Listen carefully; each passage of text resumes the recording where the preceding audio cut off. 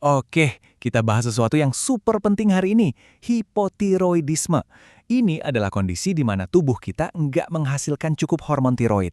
Dalam pembahasan kali ini, kita akan fokus ke pilihan pengobatannya, terutama buat bayi baru lahir, dan gimana sih cara kerjanya untuk memastikan mesin tubuh kita itu jalan lancar. Nah, kenapa pengobatan ini penting banget? Kita harus mulai dari dasarnya dulu. Hormon tiroid itu bukan sekedar hormon biasa, dia itu fondasi dari segalanya.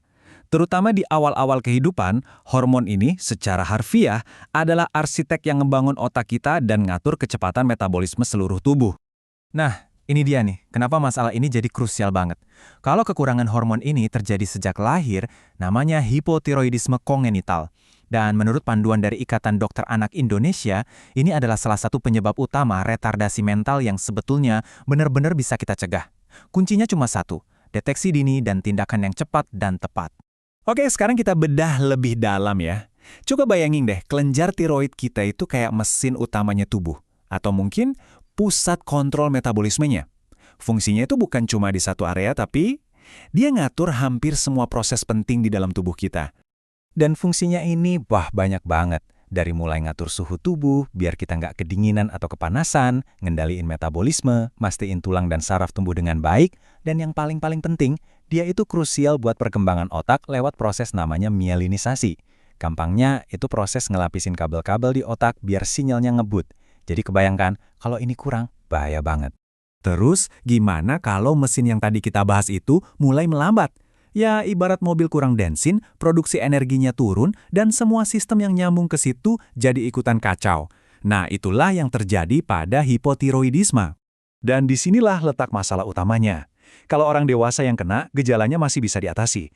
Tapi, kalau bayi, yang otaknya lagi mekar-mekarnya, lagi dalam masa emas perkembangan, dampaknya bisa permanen. Pertumbuhan fisiknya jadi terhambat, dan yang lebih ngeri lagi, potensi kecerdasannya bisa nggak tercapai maksimal. Makanya pengobatannya jadi darurat banget. Tapi, untungnya ada solusinya, dan solusinya ini efektif banget. Fokusnya cuma satu, gantiin apa yang hilang. Dan disinilah pahlawan kita muncul. Namanya levotiroxin. Ini perlu digarisbawahi ya, berdasarkan panduan klinis di Indonesia, levotiroxin atau LT4 ini bukan cuma salah satu pilihan, tapi satu-satunya obat yang direkomendasikan. Ini udah jadi standar emas dan alasannya cerdas banget. Jadi, apa sih yang bikin levotiroxin ini spesial banget? Nah, kutipan dari buku farmakologi di Piro ini ngasih kita petunjuk. Dibilang kalau levotiroxin itu bisa dianggap sebagai prohormon. Prohormon? Apaan tuh? Yuk kita bongkar. Cara kerjanya tuh keren dan elegan banget. Jadi gini, pasien itu cuma minum satu jenis hormon sintetis, yaitu T4. Nanti, tubuh kita sendiri pakai enzim alaminya bakal ngubah si T4 ini jadi T3. Itu hormon tiroid yang aktif. Pas, dibutuhin aja, dan di tempat yang butuh. Jadi kayak kita ngasih bahan mentahnya, terus tubuh kita yang jadi manajernya, ngatur produksinya sendiri. Intinya apa? Terapi levotiroxin ini pinter banget niruin cara kerja tiroid yang sehat. Dia nyiptain semacam gudang T4 yang stabil, jadi nggak ada tuh lonjakan hormon T3 yang bahaya. Kontrolnya jadi balik lagi ke tubuh kita. Nah, inilah kunci stabilitas jangka panjangnya.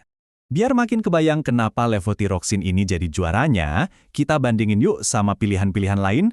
Kenapa sih T4 sintetis ini lebih oke daripada ngasih T3 langsung atau bahkan hormon tiroid dari hewan? Nah, kalau kita lihat perbandingannya, jadi jelas banget. Contohnya liothyronin atau T3.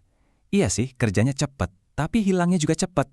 Artinya, pasien harus minum obat berkali-kali sehari, dan kadar hormonnya jadi naik turun drastis. Ini bisa bahaya buat jantung. Terus gimana kalau tiroid kering dari hewan?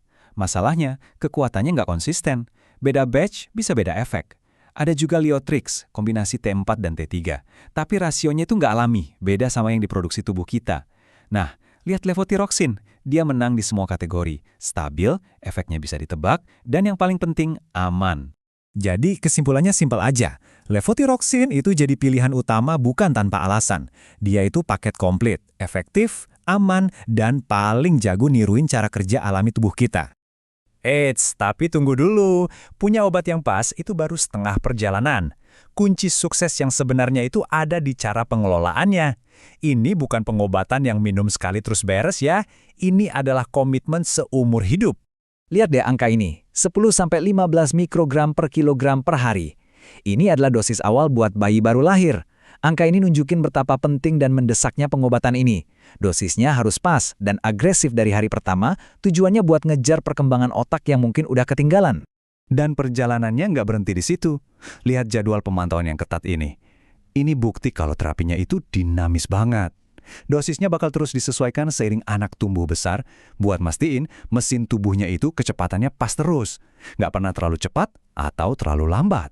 Nah, mungkin ada yang nanya, dari sekian banyak yang bisa diukur di darah, kenapa sih dokter fokus banget sama satu hal ini? TSH atau Thyroid Stimulating Hormone. Jawabannya simple. TSH itu ibarat pesan dari otak, lebih tepatnya dari kelenjar pituitari ke kelenjar tiroid.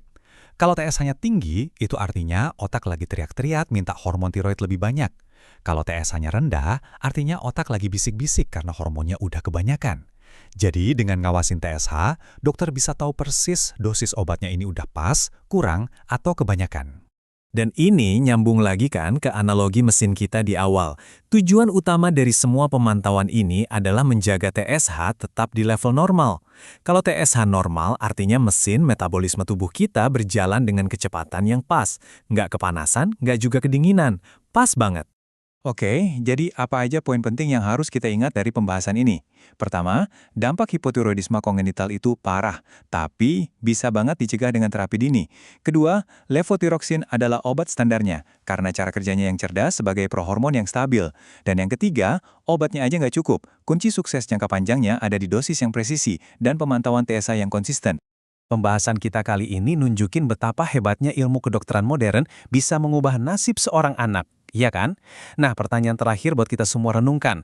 Sekarang kita tahu ada solusi yang efektif, gimana caranya kita sebagai masyarakat bisa memastikan setiap orang yang butuh pengobatan ini benar-benar dapat akses, pemantauan, dan dukungan terus-menerus biar mereka bisa hidup sehat dan optimal seumur hidupnya.